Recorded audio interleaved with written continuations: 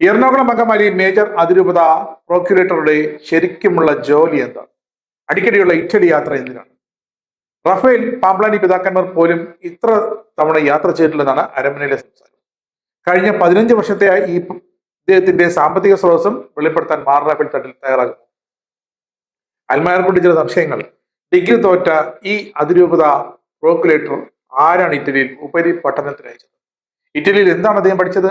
അദ്ദേഹം നടത്തുന്ന സ്വതന്ത്ര ചാരിറ്റബിൾ ട്രസ്റ്റിന്റെ വരുമാന സ്രോതസ്സുകൾ, ആസ്തികൾ എന്തൊക്കെയാണ്, എത്രയാണ്? ഇടയ്ക്കിടെ വ്യക്തമായി പറഞ്ഞാൽ എല്ലാ 3 മാസവും കൂടുമ്പോൾ ഇദ്ദേഹം ഇറ്റലിയിലേക്ക് പോകുന്നത് എന്തിനാണ്? രൂപത ആവശ്യത്തിനാണോ? എങ്കിൽ എന്താവശ്യം? ഇയാൾ ഇറ്റാലിയൻ പൗരനാണോ? ആണെങ്കിൽ കുര്യയുടെ അധികാര സ്ഥാനങ്ങളിൽ തുടരാൻ പാടുണ്ടോ? ഇറ്റലിയിൽ ഇദ്ദേഹത്തിന്റെ സ്വന്തം ഭവനമുണ്ടെന്ന് പറയുന്നതൊക്കെ ശരിയാണോ? അരമനയിൽ പാട്ടാണ്.